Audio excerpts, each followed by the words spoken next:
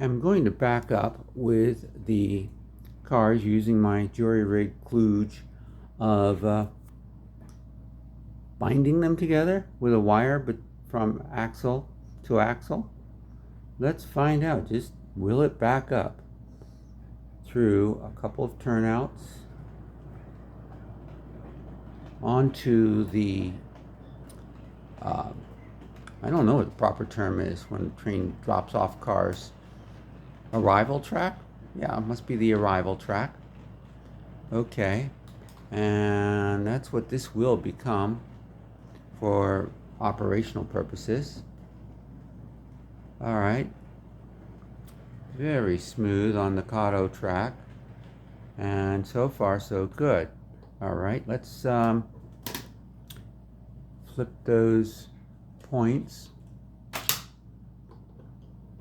Let's back up just a little bit further just to make sure. Oh no, that was a little bit too far. Okay, we are back on track. Let's see if I can do this.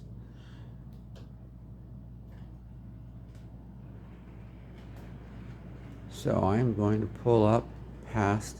Now that was a tight fit. That's important for me to know. I'll measure this train in terms of how many cars can back into the arrival track.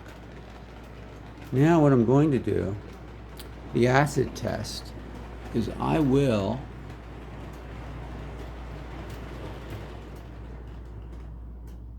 bring it up and back it up through those turnouts into the yard.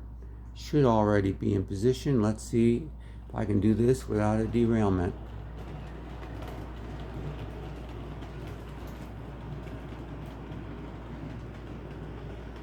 One pause. Okay, so far so good.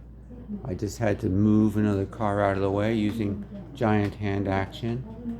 And there it goes. Those last three cars are bound together with wires around the axles. I don't recommend this for most people, but it works for me because I couldn't manipulate the coupler assembly, period. My stepdaughter will be installing proper when it's ready. Anyway, thanks for watching. I wish best wishes whenever, wherever, and whomever you are. Safe travels.